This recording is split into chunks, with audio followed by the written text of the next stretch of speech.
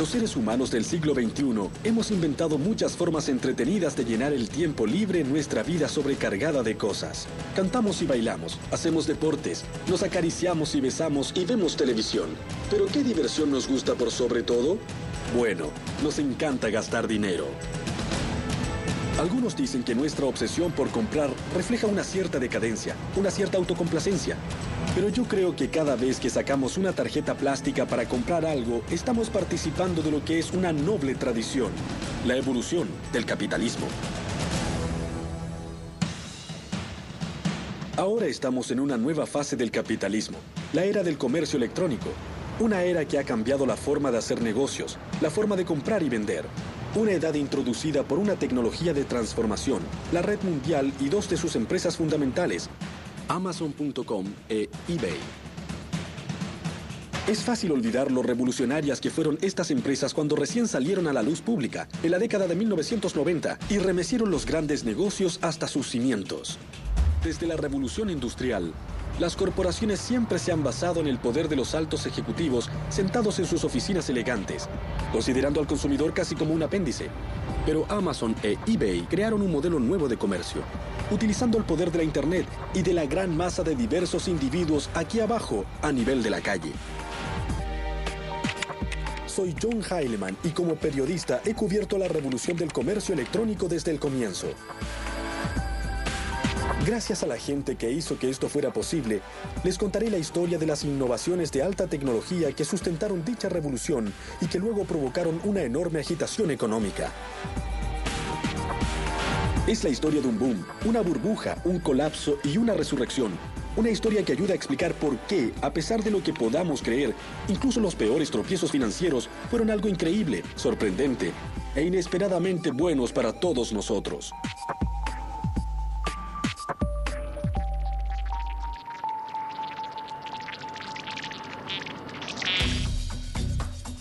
Es casi un cliché, pero si buscan la próxima gran invención de alta tecnología, el mejor lugar donde buscar es una cochera.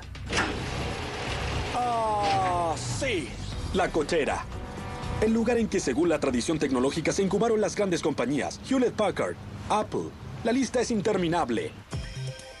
La cochera que nos interesa hoy es el lugar de nacimiento de Amazon.com. Está en los suburbios de Seattle y perteneció a un hombre llamado Jeff Bezos. Bezos comenzó en Wall Street en la década de 1990. Era un hombre muy analítico, maniático de la hoja de cálculo y con la llegada de la red comenzó a pensar en forma sistemática sobre sus cualidades únicas y los productos que serían ideales para vender.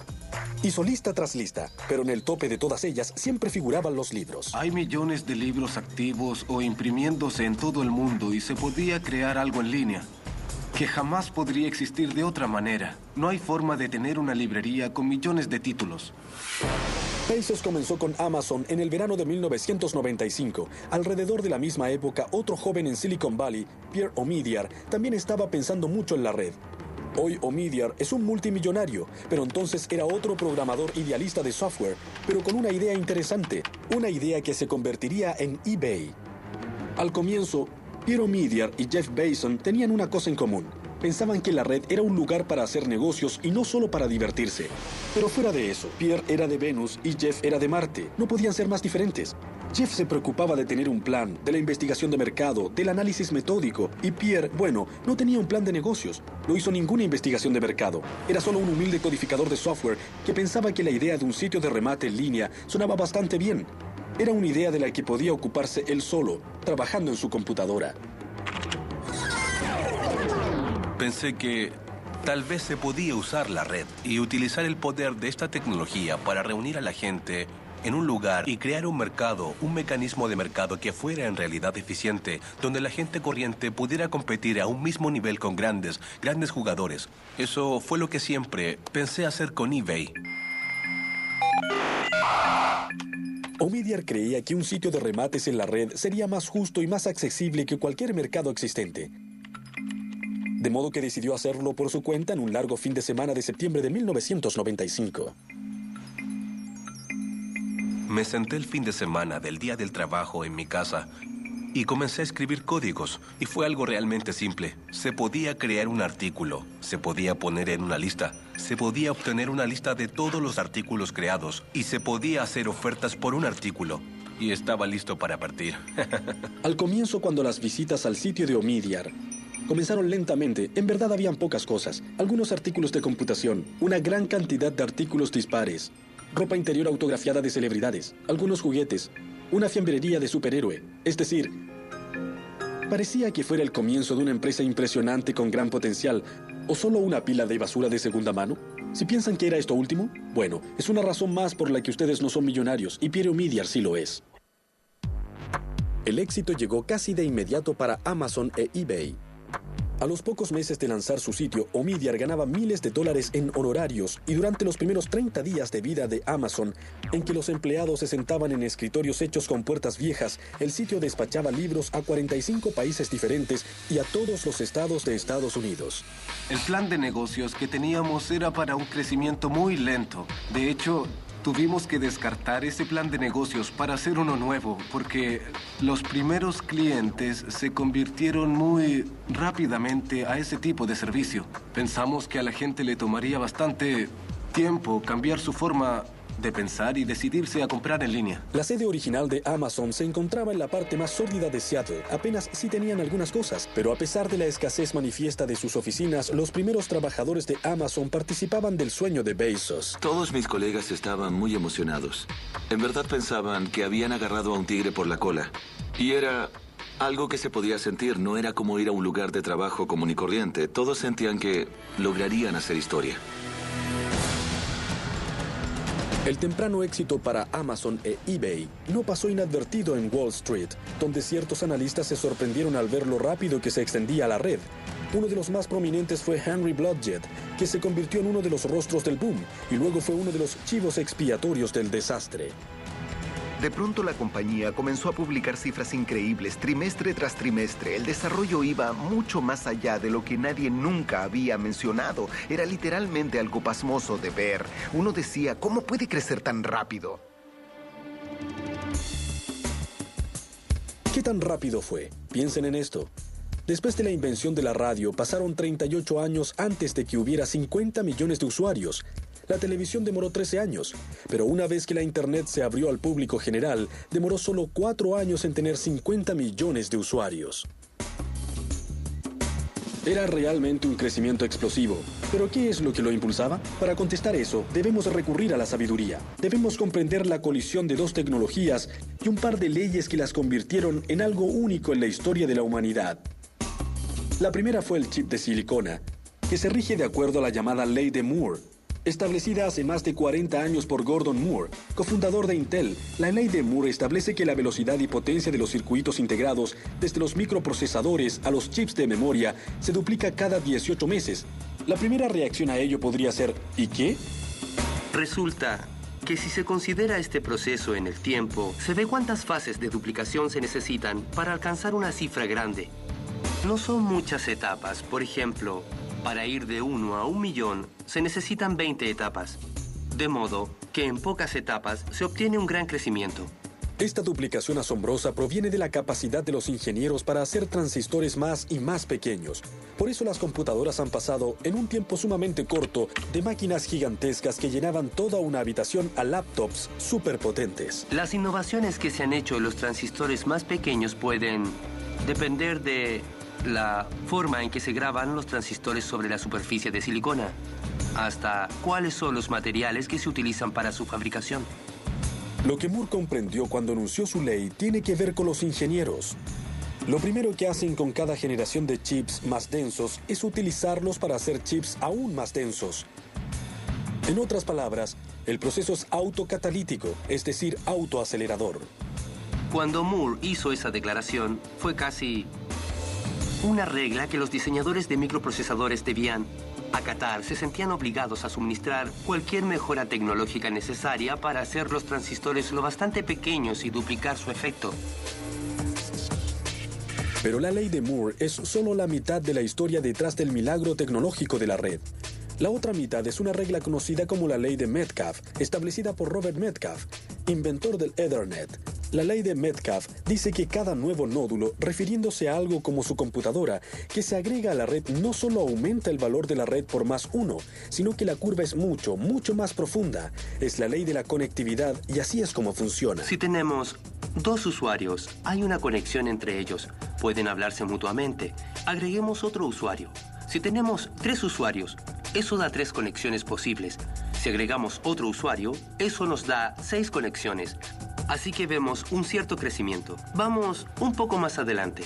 Si tenemos 10 usuarios, de hecho hay 45 conexiones posibles entre parejas de usuarios. Como ven, el crecimiento es en realidad bastante alto. De hecho, si pasamos a 100 usuarios, resulta que hay casi 5.000 parejas de usuarios posibles que pueden comunicarse entre sí. Lo que esto en verdad significa para el crecimiento de la Internet es que la Internet adquiere velocidad a medida que avanza. Eso quiere decir que a medida que aumenta el número de usuarios, también aumenta la utilidad de la red y con el tiempo terminan siendo aún más imperioso que nuevos usuarios se unan a ella. A mediados de 1990, las leyes de Moore y Metcalfe funcionaban a la par, alimentando una espiral ascendentes. Computadoras más rápidas y potentes se conectaban cada vez más, haciendo que la red fuera exponencialmente más útil y también popular. Aunque la gente de Wall Street no tenía idea cómo funcionaba todo esto de la tecnología, podía ver que este asunto de la Internet realmente estaba despegando y se convertía en un auténtico medio de comunicación, lo que quería decir que había mucho dinero que ganar. Y cuando la ignorancia se une al entusiasmo desenfrenado y la codicia, bueno, ya saben lo que quiere decir. Quiere decir que una fantástica burbuja financiera está a la vuelta de la esquina.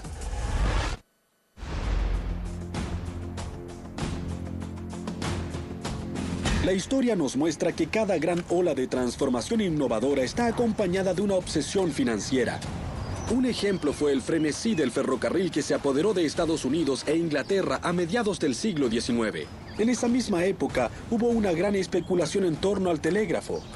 50 años antes hubo una acerca de los canales. 50 años después, el modelo T de Ford inició una burbuja automovilística. En cada ocasión, el patrón fue el mismo. Una innovación tecnológica hace surgir empresas de riesgo. Los inversionistas agitan y se precipitan a comprar un trozo del futuro y luego todo termina en lágrimas, bancarrotas, quiebras, pérdidas en la bolsa. ¿Les suena conocido? Por supuesto que sí, pero describe exactamente lo que pasó en la década de 1990 con la Internet. El ciclo comenzó en 1995 cuando Netscape lanzó su poco probable y sumamente exitosa oferta pública en la bolsa. Poco después se lanzaron las ofertas públicas de buscadores como Yahoo y Excite. Un año después, Jeff Bezos daría el próximo paso para que el boom terminara transformándose en una burbuja. La oferta pública de Amazon fue en mayo de 1997. La compañía tenía 2 años, muy pocos ingresos y ninguna ganancia. Pero Bezos ya llamaba a Amazon la mayor librería del mundo y ensalzaba cada vez más su potencial. Algunos la denigraban diciendo, es solo una librería, no es rentable, se quedarán sin dinero y sin negocio. Otros decían, no, es algo grande, es un gran modelo nuevo y van a crecer muy rápido. De modo que desde el comienzo fue muy controvertida. Jeff Bezos no ocultó el hecho de que pretendía cambiar las reglas de los negocios. Una vez los dos hablamos del aspecto menos convencional y más controvertido del enfoque y procedimiento de Amazon. A pesar de que sus ingresos aumentaban, perdía cada vez más dinero. Bezos se inclinó hacia adelante en su escritorio y dijo, casi nadie lo sabe, pero por un momento en realidad fuimos rentables, pero fue solo por un trimestre, y no nos gusta admitirlo porque fue un accidente. Cada vez que Jeff tenía la oportunidad, bajaba los precios para tener un crecimiento mayor, a diferencia de muchos otros ejecutivos que mantienen los precios para tener más ganancias. A decir verdad, Bezos no decía que las ganancias no importaban o que Amazon podía seguir perdiendo dinero en forma indefinida. Lo que decía era que en el periodo formativo del desarrollo de la red, las ganancias podían y debían sacrificarse temporalmente a favor de un crecimiento rápido. La estrategia de Bezos se reducía a 3 simples palabras: crecer, mucho y rápido.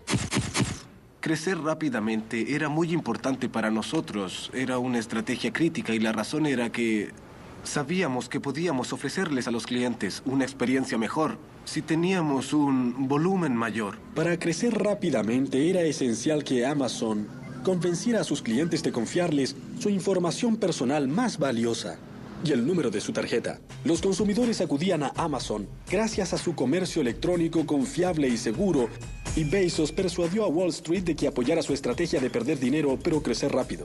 Pero el boom de la Internet del que Amazon formaba parte todavía era frágil. Progresaba a tropiezos. El público todavía no estaba seguro de que la red no fuera solo una moda, y compañías como eBay no ayudaban a despejar esa incertidumbre con compradores y vendedores comerciando objetos poco apetecibles. En el momento que creé eBay, no sabía que había tantos coleccionistas. Es decir, ni siquiera tenía idea. No soy un hombre de negocios, no hice una investigación de mercado. Al comienzo, cuando surgió eBay, había muchos gerentes de inversiones que nos llamaban y decían, vamos, son solo ventas menores. ¿Quién quiere pagar por cosas que no se pueden ver? Decíamos que la gente era básicamente buena, que solo hacía negocios entre sí. Era gracioso contar eso en Nueva York. Todos miraban y decían, ¿en serio? En la primavera de 1998, Pierre y sus inversionistas se dieron cuenta de que necesitaban al mando a alguien de primera categoría si querían que Wall Street tomara en serio a eBay. Encontraron a Mae Whitman, una graduada de Harvard que una vez se ocupó del mercado en Walt Disney y había sido una alta ejecutiva de la empresa de juguetes Hasbro. Tratamos de definir a la compañía en términos de artículos coleccionables porque el 98% eran productos de ese tipo. De hecho, el 8% de los artículos eran bebés Beanie. No era algo que dijéramos mucho. eBay programó el lanzamiento de su oferta pública en septiembre de 1998, en un momento en que toda la economía mundial estaba agitada debido a la crisis financiera de Rusia en ese verano. ¿Querría alguien comprar acciones de una empresa que muchos llamaban mercado de las pulgas? Nadie lo sabía. La incertidumbre aumentó cuando la mañana de la oferta pública los mercados abrieron e eBay ni siquiera se estaba cotizando. Esa mañana llegamos a Nasdaq para ver cómo se efectuaba la primera transacción y estuvimos esperando y esperando. Estaba ligeramente pesimista. Pensé, nada nunca ha funcionado bien para mí y esta será otra de esas situaciones. Pero la oferta pública no solo funcionó para eBay, sino que la empresa tuvo un resultado fantástico con una cotización que superaba las expectativas de todos. Ese primer día, las acciones de eBay subieron muchísimo y al final del día la empresa valía más de $2.000 millones. La emisión era de $18 por acción y creo que terminó transándose a $50. Mi socio en esa época tomaba fotos de la pantalla de televisión de CNBC cada vez que el marcador cambiaba porque pensaba, mi vida ha cambiado para siempre, es fantástico. Mientras tanto, Wall Street estaba observando a Amazon y le gustaba lo que veía. A finales de ese año, Henry Blodgett, que encabezaba la tropa, declaró que a pesar de que Amazon todavía anunciaba grandes pérdidas, sus acciones doblarían su precio dentro de un año.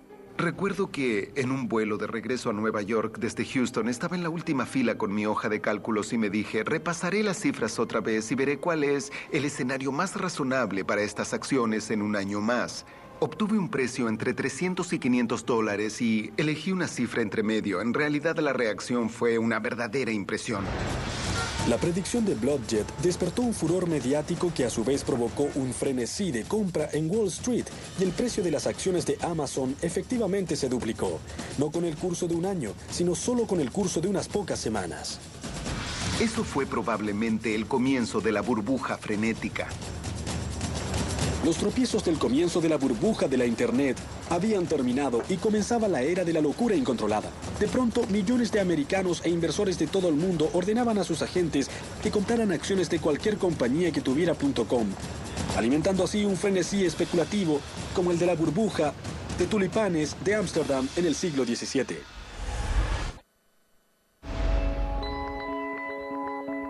Las ofertas públicas de Amazon e eBay hicieron sumamente ricos a Jeff Bezos y Pierre Omidyar, al menos en el papel, pero también tuvieron un efecto aún mayor, los hicieron famosos.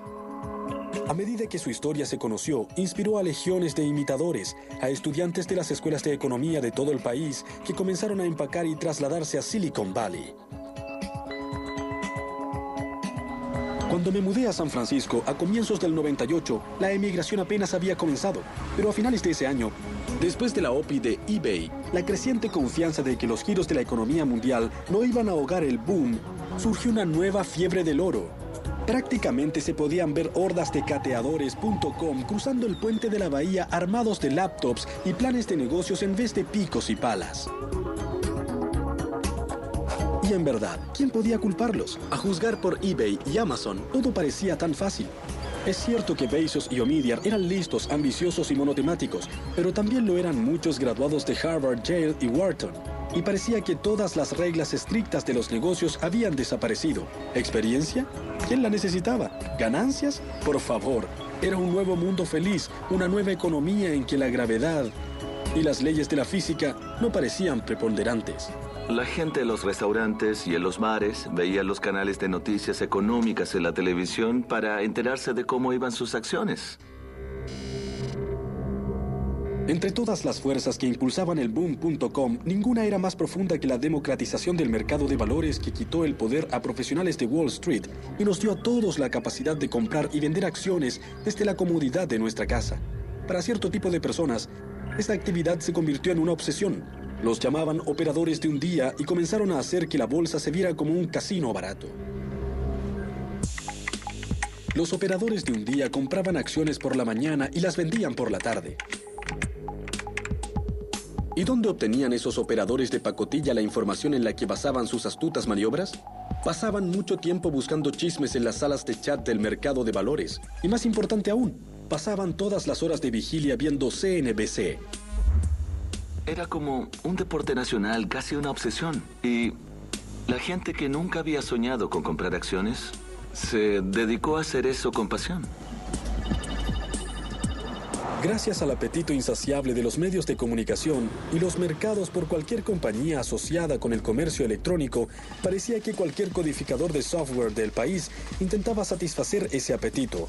Uno de esos programadores era Philip Kaplan, quien más tarde iniciaría un sitio que describía las debilidades de la burbuja.com. Salía a proponer alguna idea y literalmente abandonaba la reunión con un cheque por 40,000 o más, $100,000. Había tanto dinero dilapidado en esas cosas que era casi como salir con una red para ver si podías atrapar un poco.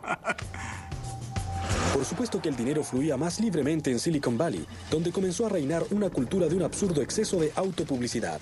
Un servicio de venta de billetes con sede en San Francisco celebró su cambio de nombre con una fiesta para 3,000 personas en un hangar aéreo. La gente gastaba sumas increíbles de dinero. Escribí sobre una compañía que gastó $10 millones en su fiesta de lanzamiento. Contrataron al grupo The Who, reunieron 12 millones y gastaron 10 millones en la fiesta. Tal vez el gasto más loco de todos era el de los avisos por televisión. Durante el Supertazón del año 2000, más de una docena de compañías gastaron un promedio de $2.2 millones en avisos de 30 segundos, dilapidando 40 millones del dinero de los accionistas y de un capital no tan duramente ganado. Sin embargo, para muchas personas en el territorio de la alta tecnología, esas sumas parecían triviales, y eso creó un sistema social en que comenzaron a afianzarse actitudes muy extrañas. Tom Wolfe bautizó los años de 1980 como la década del yo, pero en 1999 era obvio que los años 90 eran la década E. Prácticamente todos los días una nueva compañía de comercio electrónico salía a la luz. Los chicos que dirigían las nuevas compañías eran discípulos fervientes del crecimiento rápido pregonado por Amazon e eBay. Pero cuando estas teorías eran practicadas por mentes menos brillantes, conducían directo a la más absurda estupidez y a una serie de compañías con nombres increíblemente necios, como Mascotas.com y también Mascota Elegante, Mascotopia. Luego venían las con I, impresión, imagen, imitable, impacto. Después vienen las con E-prensa, E-saludos, emerger, E-fondos, E-préstamos y por supuesto Epifanía. Y también Morillo, Cortafuego, Pez Navaja.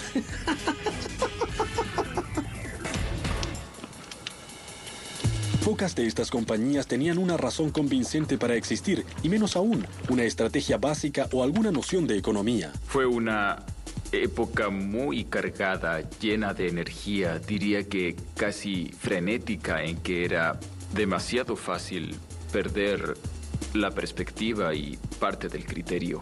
Tal vez se pregunten, ¿por qué los capitalistas de riesgo financiaban esas empresas poco originales, necias o inútiles? ¿Eran locos? ¿O codiciosos? Tal vez un poco de ambas cosas. Lo que en verdad estaban haciendo era proteger sus apuestas. Sabían que muchas de las .com estaban condenadas desde el comienzo, pero pensaban que una en cada categoría podría sobrevivir o incluso prosperar, y estaban dispuestos a arriesgar un par de millones de dólares para no quedar fuera. Bueno, estábamos jugando con fuego, pero teníamos que hacerlo o quedábamos fuera del juego. ¿Qué pasaba con los profesionales financieros de Wall Street? ¿No se daban cuenta de que estábamos en medio de una burbuja absurda y especulativa? Mucha gente pensaba que no todas iban a sobrevivir, pero no sabían exactamente cuáles o cuánto tiempo tomaría todo. Mientras tanto, la paliza que recibíamos por no controlar el sector, por sentarnos y decir se vendrá abajo, significaba que muchos perdían su trabajo. Blodgett sabía que muchas compañías de comercio electrónico eran poco sólidas, pero su argumento era que esa no era necesariamente una buena razón para no comprar sus acciones. El problema es que ocasionalmente expresaba su verdadera opinión de estas empresas en correos electrónicos privados. Más tarde, cuando la burbuja reventó, eso lo perjudicaría.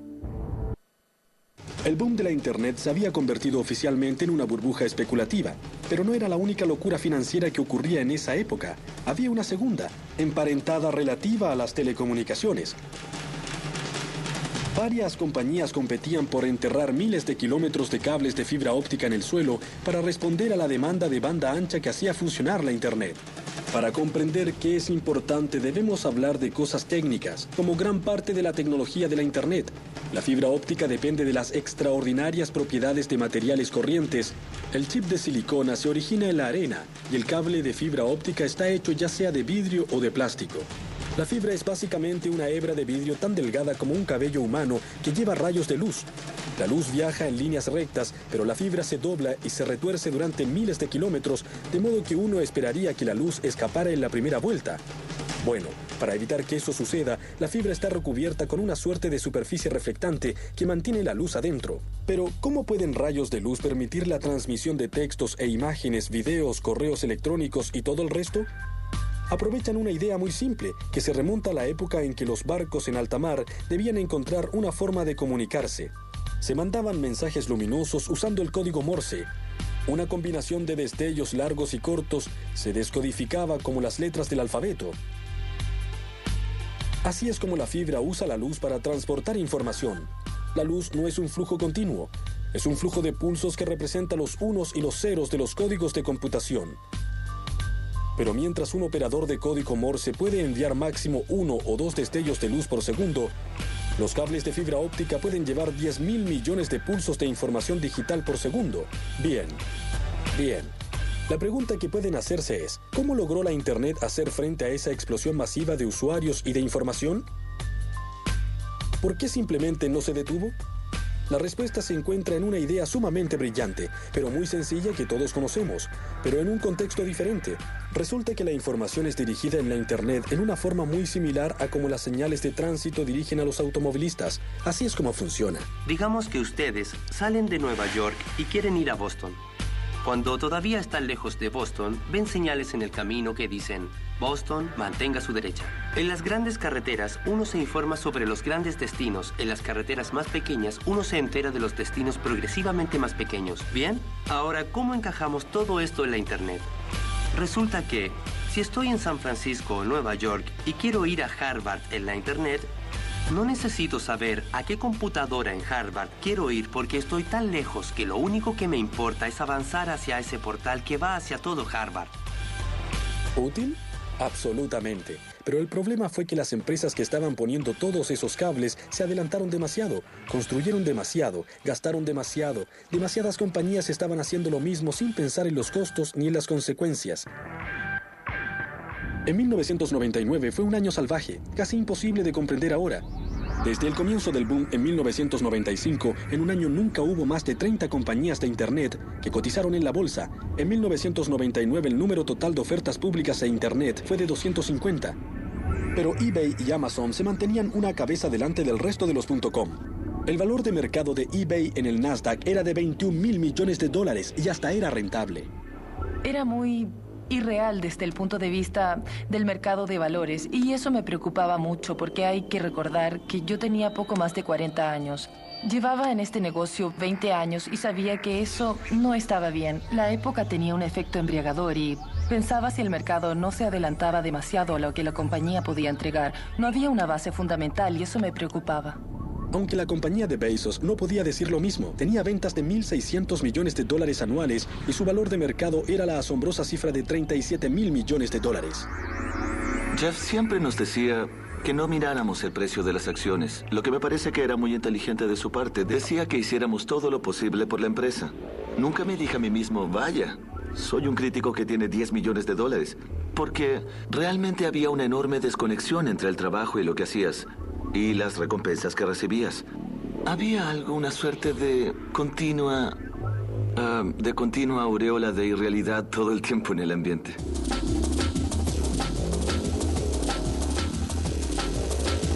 A medida que se acercaba el cambio de milenio, Jeff Bezos recibió un honor que en el pasado había sido otorgado a gente como Mahatma Gandhi, Martin Luther King y Adolfo Hitler. La revista Time lo nombró el personaje del año, la encarnación del comercio electrónico. Para Bezos era un honor, una señal que lo elevaba al panteón de las grandes figuras americanas de los negocios. Pero los más cínicos lo veían de otra forma, como una señal de que el fin estaba cerca.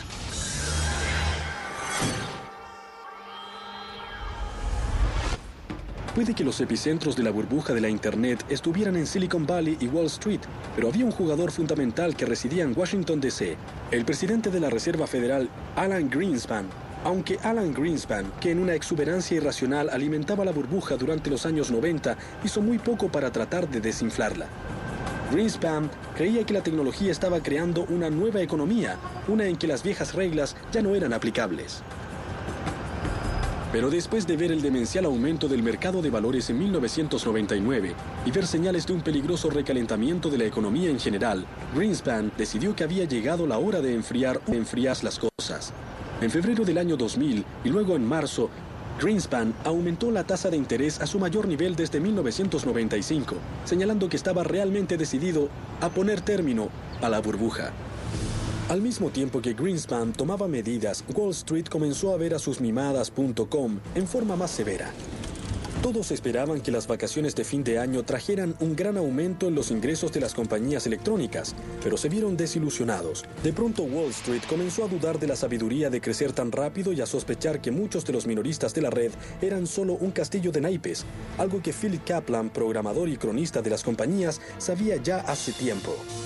Había sitios de comercio electrónico que nosotros construíamos y en los que el cliente había gastado 2, 3 o 4 millones de dólares. Me introducí en su base de datos y veía que tenían 100, 25 o 20 dólares en ventas. El 14 de abril de 1912, el Titanic tuvo un choque fatal con un iceberg y se hundió en el fondo del océano. Exactamente 88 años después, la economía de la Internet se enfrentó a un destino similar.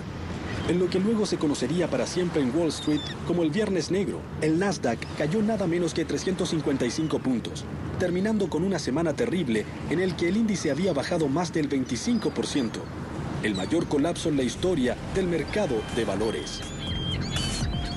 En la víspera del Viernes Negro, no fueron solo las compañías inútiles las que se encontraron en problemas. Incluso la poderosa Amazon estaba sitiada en las encrucijadas de Wall Street, luchando por sobrevivir. Incluso para Amazon el resultado no era previsible. Casi llegaron a la bancarrota.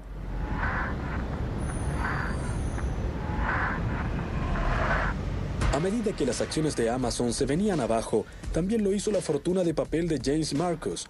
Ya no era el crítico de libros más rico del planeta. Estaba feliz de tener ese dinero, y si hubiera alguna forma de recuperarlo, lo haría en un segundo. En diciembre de 1999, Time había nombrado a Bezos el hombre del año. 6 meses después, Wall Street se preguntaba si Amazon no iba a la bancarrota. Un informe de Lehman Brothers hizo que las acciones de la compañía bajaran 19% en un solo día. Yo estuve con Bezos al día siguiente, en una conferencia en Aspen, Colorado, y vi cómo defendía rotundamente a su compañía en una serie de entrevistas. Fue el punto más bajo de su carrera. Y la pregunta era si su actitud era una señal de valentía y de visión futura o era una actitud de negación. A comienzos de 2001, Bezos despidió 1.300 empleados en los que pareció ser un giro trágico para una empresa que hasta hace poco había representado lo que era mejor en el comercio electrónico. Una decisión así es muy dolorosa para todos en Amazon.com, muy angustiante a nivel personal y claramente es la decisión correcta. 18 meses después del Viernes Negro, llegó el 11 de septiembre, que finalizó en forma definitiva el largo boom que había animado la economía americana y mundial en la década de 1990. Desde su punto de vista más alto, sobre los 5.000, el Nasdaq había perdido más de 2/3 de su valor. Incluso los gigantes de alta tecnología como Intel y Sun Microsystems quedaron heridos junto a muchos jóvenes genios del .com. Webvan, adiós. Excited Home, adiós. Glow.com, Pets.com, Boo.com, adiós, adiós, adiós. En una cita famosa, Elizabeth Kubler-Ross dijo que frente a la muerte hay 5 etapas de duelo: negación, ira, negociación, depresión y aceptación. Pero cuando se trata de la muerte de burbujas del mercado de valores, hay una etapa adicional que viene antes de la aceptación: la recriminación. Los deudos se sienten estafados por el muerto y buscan a alguien a quien culpar. Y en este caso fue Wall Street. En defensa de los indignados accionistas, el entonces fiscal general de Nueva York y actual gobernador Eliot Spitzer lanzó una cruzada para reformar las ofertas públicas y castigar a los supuestos villanos. Su objetivo más famoso fue Martha Stewart, pero en segundo lugar estaba nuestro viejo amigo, Henry Blodgett. Claro que estaban furiosos, perdieron mucho dinero. Usando como evidencia los correos electrónicos que envió Blodgett, la Securities and Exchange Commission, o SEC, acusó a Blodgett de fraude. Blodgett llegó a un acuerdo sin admitir ni negar las acusaciones y fue exiliado de por vida del mercado de valores. No puedo entrar en detalles acerca de los correos, pero desde una perspectiva más amplia, yo me entusiasmé con el impulso de la ola de Internet. Tuve mucha suerte respecto al momento en que estuve allí. La verdad, fui muy optimista respecto a las compañías correctas en su momento y vi un beneficio tremendo con el boom. Y creo que probablemente más que ningún otro analista sentí la caída como un choque a toda velocidad contra las rocas. 5 años después, la amargura que dejó la burbuja.com se ha calmado. La aceptación ha funcionado. Pero si la mayoría mira en retrospectiva, le parece que fue un momento de demencia temporal, en que mucha gente fue despojada por un grupo de estafadores digitales. En resumen, fue algo muy malo. Pero también hay otra corriente de opinión, una que tiene mayor perspectiva histórica y lógica económica, una que ve ciertas virtudes en la burbuja y el alto precio que pagamos por el progreso. La gran quiebra de los .com en el año 2000 y 2001 fue en verdad notoria por donde se mire. Unos 35.000 millones de dólares de riqueza en papel se evaporaron en un año. Pero no ha sido un suceso único. Cuando reventó la burbuja de los ferrocarriles, las acciones perdieron el 85% de su valor y el colapso de las burbujas del automóvil, los canales y el telégrafo también causó pánico y recesión. Pero de esas burbujas surgieron las comunicaciones masivas y la red de ferrocarril que son vitales para nuestra vida diaria. Lo mismo ha sucedido con el comercio electrónico. Puede que hayan desaparecido incontables.com, pero unas pocas compañías no solo sobrevivieron, sino que se convirtieron en gigantes sumamente rentables. Se podría decir que Amazon e eBay son la Ford y la General Motors de la economía de la red. Lo que hicieron Amazon e eBay fue fundamentalmente diferente y lo hicieron temprano, en forma agresiva y sumamente bien, reconociendo que la experiencia del cliente es algo fundamental y por eso todavía existen hoy entre nuestras corporaciones multinacionales globales. La lección tanto de eBay como de Amazon es que la mayoría de las compañías de comercio electrónico exitosas hicieron algo más que usar la red para vender cosas. Comprendieron que hay que usarla para darle poder a la gente común y corriente en una forma totalmente diferente al antiguo sistema de arriba hacia abajo, unidimensional, que denominaba los negocios antes de la economía de la red. En eBay, todo se centra en darle poder a la gente corriente, para que use las herramientas en la forma que le parezca. Hay que retroceder, alejarse y dejar a la gente que haga las cosas a su gusto. Aunque los detalles son diferentes, el enfoque de Amazon sobre otorgarle poder a sus clientes es similar, aunque eso en ocasiones moleste a sus proveedores. Piensen, por ejemplo, en la política de Amazon de dejar que sus clientes agreguen críticas sin censurar a los libros que ofrece el sitio. Una vez oí a Bezos hablar sobre las quejas que recibía de las casas editoriales. ¿Y si la gente pone los libros por los suelos?, le dijeron a Bezos. Eso sería malo para los negocios. Se equivocan, les dijo Bezos a las editoriales. Ustedes están en el negocio de vender libros. El nuestro es satisfacer a los clientes. Lo más importante para mí respecto a lo que la gente puede decir sobre Amazon.com unos 50 o 100 años en el futuro, lo que me gustaría escuchar es que establecimos un nuevo estándar en el servicio al cliente. Lo que hizo que el superviviente sobreviviera es, primero, una profunda comprensión y un enfoque incesante en sus clientes.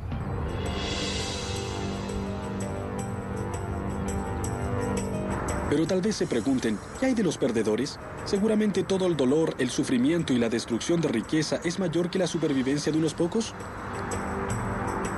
En plena crisis, le hice esa pregunta a Andy Grove, el legendario presidente de Intel. Grove es un escéptico congénito y durante la burbuja.com fue un opositor. Pero luego su argumento fue que la burbuja realmente había sido algo bueno. Dijo que esa increíble locura evaluadora había atraído sumas astronómicas de millones de dólares a la construcción de la infraestructura de la Internet, desde los cables de fibra óptica a la base de datos de los clientes de Amazon. Y luego agregó que aunque esa infraestructura igual se había construido, ocurrió en un periodo de 5 años en vez de 15, lo que fue una ventaja para Estados Unidos y el mundo. Grove también expuso otro argumento, que las .com habían prestado un servicio invaluable al aterrorizar completamente a las empresas tradicionales. Las obligaron a tomar en serio la red y a convertirse en compañías de Internet casi contra su voluntad. ¿De modo que las .com no murieron en vano?, le pregunté. No, me contestó Grove. Las .com se arrojaron a la hoguera, pero el resultado fue crear una llama aún mayor. Se perdieron demasiados trabajos, muchas compañías fracasaron, pero también es cierto que de eso surgieron muchas compañías nuevas y fueron perdurables. Y además la economía se vio genuinamente transformada. El concepto de la destrucción creativa es famoso en la economía y parece una buena descripción de lo que ocurrió en la era .com y de lo que está pasando ahora. Primero, una ola de innovaciones, luego una locura financiera y después una gran quiebra, seguidas de una edad de oro, construida sobre lo que quedó. De las cenizas de las .com y los éxitos de Amazon e eBay, surgió un nuevo tipo de compañías dirigidas por un nuevo tipo de empresarios. ¿Quiénes son esos empresarios? Es la gente que se quemó antes, de modo que tiene la experiencia para asegurarse de no cometer otra vez los mismos errores. Creo que es exactamente de lo que se trata la Internet. La Internet se trata de conectar a individuos, o de conectar a los individuos con la información. Es cierto que fuera de Silicon Valley, no encontramos mucho consenso acerca de que estamos comenzando una edad de oro digital. Pero en cierta forma, eso podría ser el argumento más fuerte respecto a lo lejos que ha llegado la red, y en especial el comercio electrónico durante la última década. El futurólogo John Seely Brown una vez dijo que cuando una tecnología se hace placentera, se hace omnipresente y esencial, desaparece, se hace invisible. Piensen en la electricidad, en los aviones, los automóviles y el aire acondicionado. Como las vías férreas que cruzan el país, la red se está convirtiendo en la base de nuestra economía y nos lleva a nuestro destino en forma tan suave y eficiente que no nos damos cuenta de lo rápido que vamos.